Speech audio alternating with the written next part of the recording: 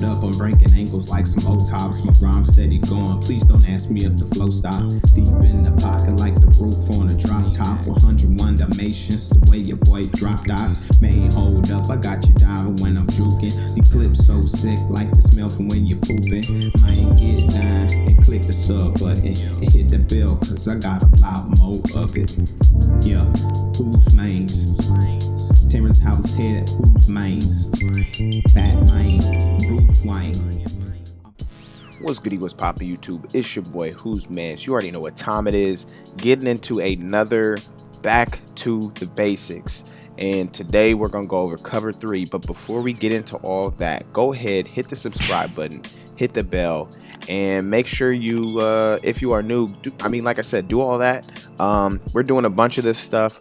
We're gonna make sure that we, get into everything. Oh my gosh, Puff, go.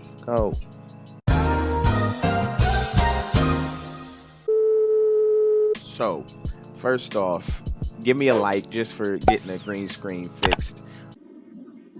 We do not care. It was some weirdness going on with the green screen, so finally got that off, figured out. Secondly, man, we're gonna be getting into this sheet again. Looking at all the zones. If you see here, we got the, we have the flats, you have the out, the curl, all that good stuff. I talked about that before. With cover 3, we're going to be starting at the top. As you see, we got the deep thirds. The hole is part of that deep third. We talked about last video with cover 2 that the hole is part of that middle read. But we have our deep thirds. We have 3 deep zones. Usually you'll have 4 pass rushers, if not. But you should know that in a basic cover 3, you'll have 4 pass rushers. You'll have 3 deep zones, which means you'll have 4 underneath defenders, as opposed to cover 2, when you only had 2 deep players, you have 5 underneath zones. Now these underneath zones are going to be having different assignments than before. In cover 2, you had a guy who was playing kind of that out. You had a guy in the deep middle. You had 2 guys on the outs. You had 1 guy in the deep middle. And then you had 2 guys kind of in that curl area. So now, because we have 3 deep zones, that person in the out area is gone. And now you have 2 hooks and 2 curls, right? Nobody's going to be guarding the flats. The guys on the curls will be responsible for the flats, but he's going to have to basically be able to stay in those seams and carry those to the deep third. Push those inside to the deep thirds. He's got to push everything to the inside and then come down on the flats if anything goes to the flats. But nobody's going to be in that out area. And like I said, you have your hook curls, so everything going across the middle they'll take care of. And you have your deep thirds. So let's go into the next slide. So now we're showing you basically what's going on with this coverage. So like I said, you have 3 deep zones. You have 4 underneath zones, which means you're going to have 4 pass rushers. This is going to be a single high look. There are different ways to disguise this. If you come out in cover 3 buzz, it's going to be a 2 high look. But in a traditional cover 3 sky, we're going to look at this. Cover 3 sky, it's a single high look.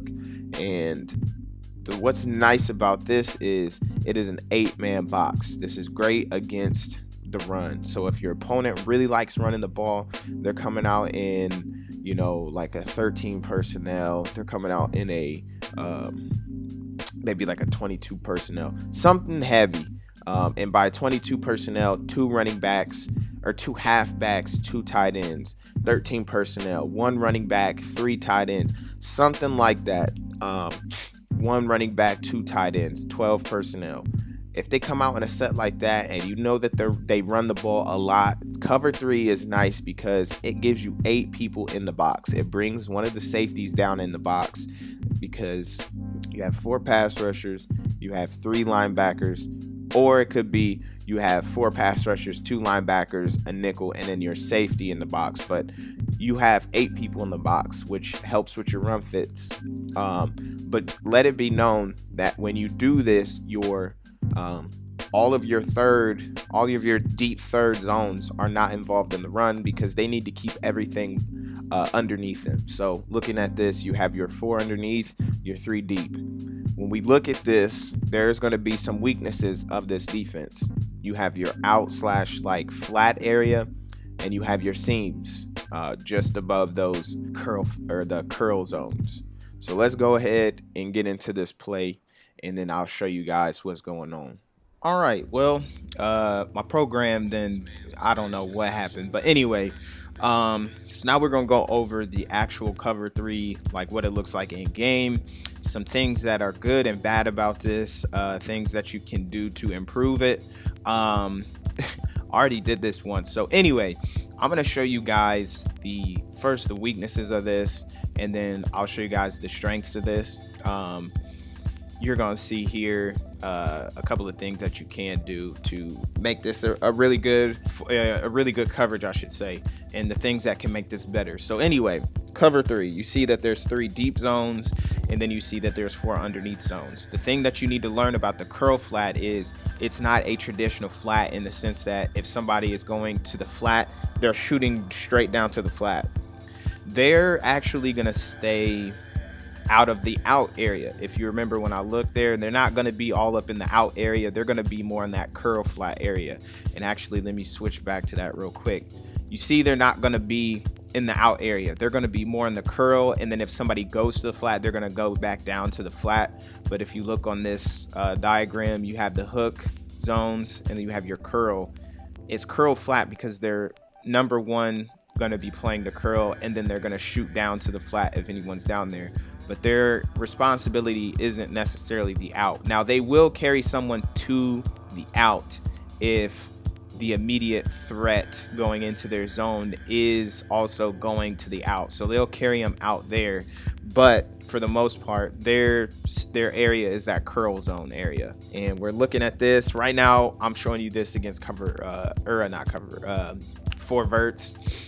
And you're going to see, we're going to let this play out, and you're going to see why 4 verts is such a deadly play against cover 3. Computer never really throws it to the seams, but when you're reading 4 verts, usually, I mean, it depends on each team, but how I've learned it is you read outside in. So you're looking at the number 1, you see that those guys bail. They're staying over top of those routes. Boom. And you see that they're playing inside of these because the sideline is their friend, and they also understand that the seams are not the place they want to give up so easily. So they're going to let them kind of stay on the outside there. So they're letting them run on the outside of them because it's easier to cover on the outside. Another thing is you need to stay in front of these guys. So you see they're going to bail once they get closer to them. Secondly, big nickel over G, I noticed plays this better. And the reason why I'm saying it plays it better is when I told you that these curl flats need to chuck or funnel these guys inside. Now you look at this, right? They funnel them inside. Although he hasn't spent that much time in the pocket, 1,000, 2, 1,000, 3. Usually you want to get the ball out in about 3 seconds because in real life, your line's not holding anybody much, longer past that. You want to get the ball out by 3. Now, when you look at this, because those curl flats funneled them inside, look at that. He pushes them inside. Now that allows this man to card this seam flat a little bit longer, carry him a little bit longer. So now if he does try to throw this, now you see here both of these guys are relatively close to this deep safety here.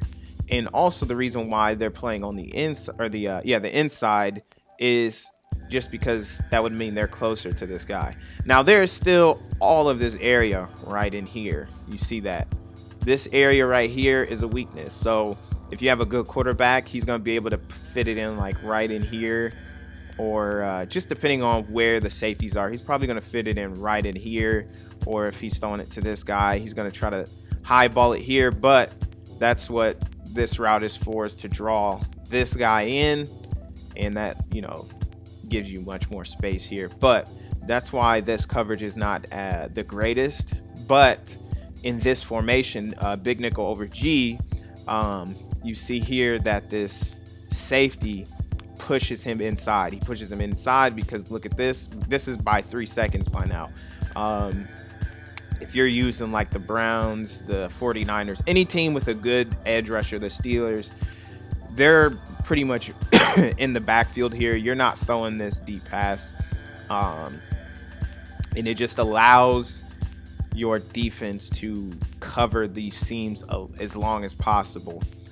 With that said, though, when you give, or when you take something, you give something. So you do have this underneath route, but I'd much rather give up 3 to 4 yards than, what is that, 20 yards right here, a 20-yard, 25-yard completion. So there is that. So that is one weakness of this defense, is the seams.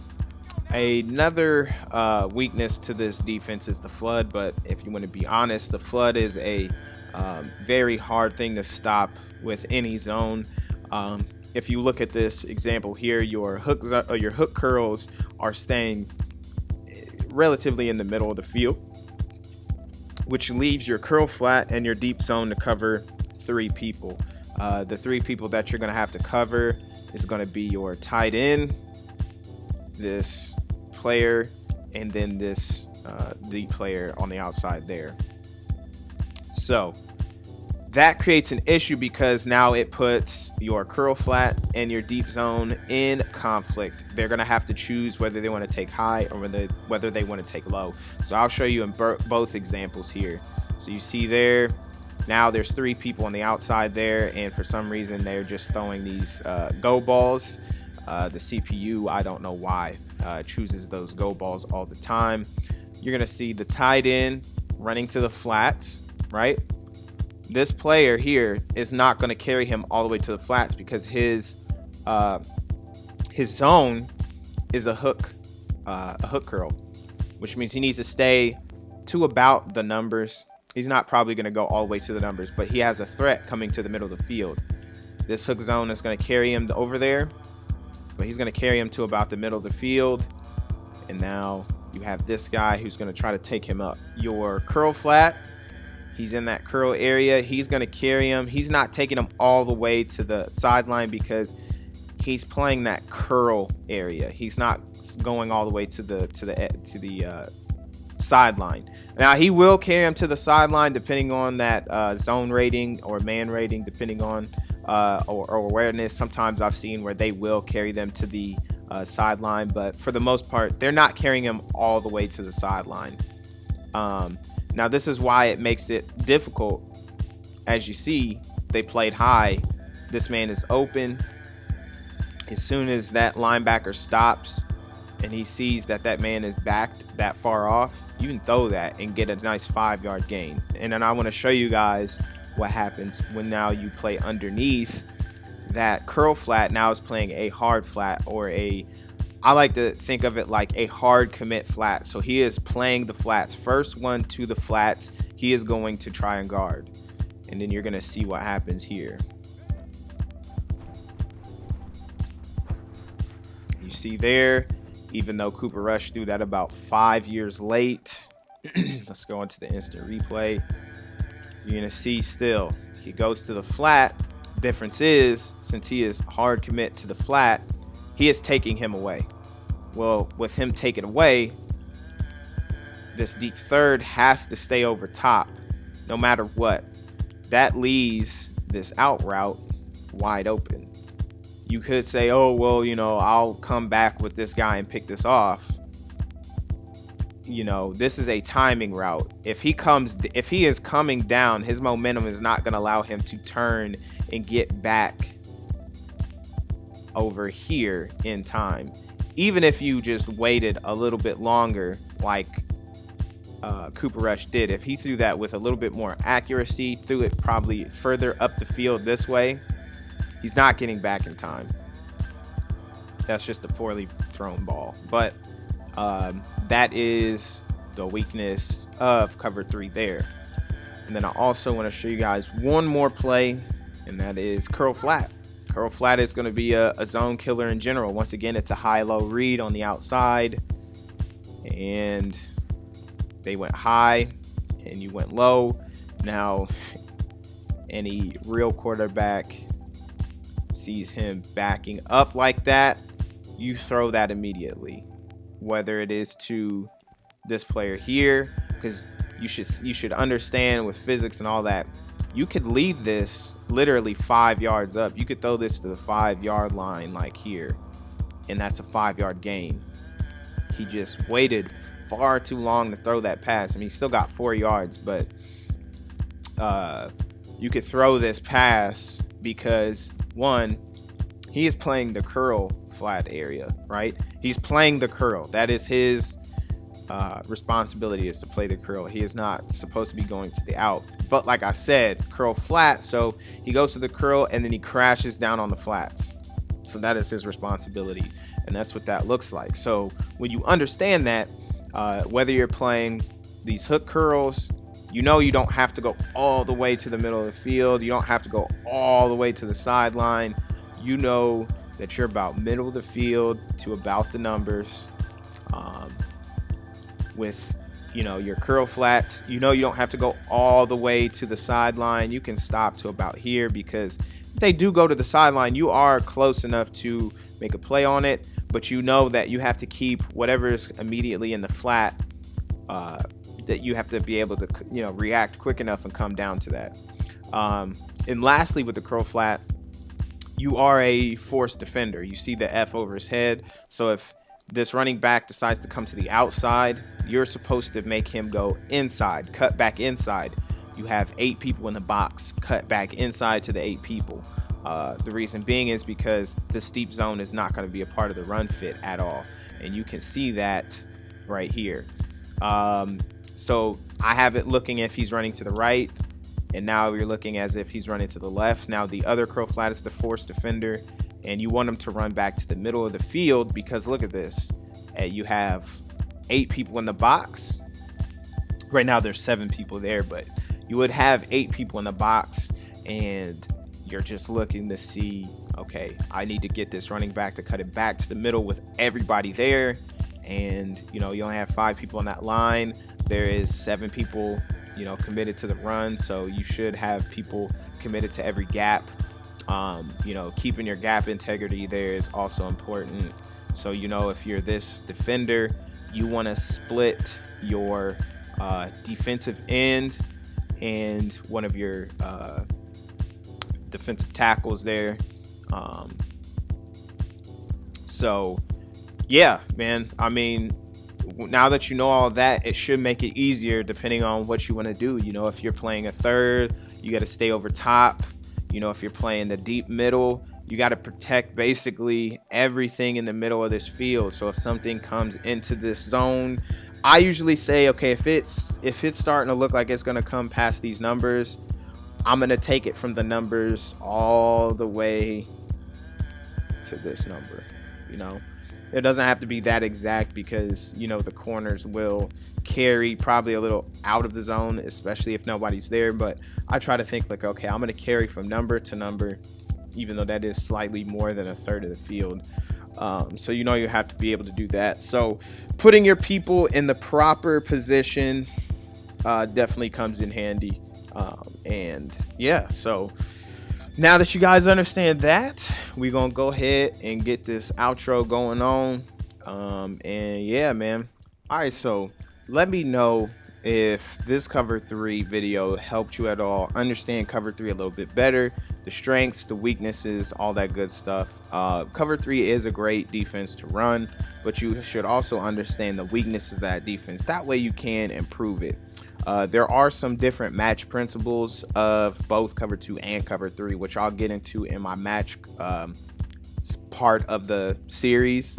Because like I said, I'm going to go through just the basic stuff, you know, cover 2, cover 3, man, cover, let's see, cover 4 drop. I'll get into that.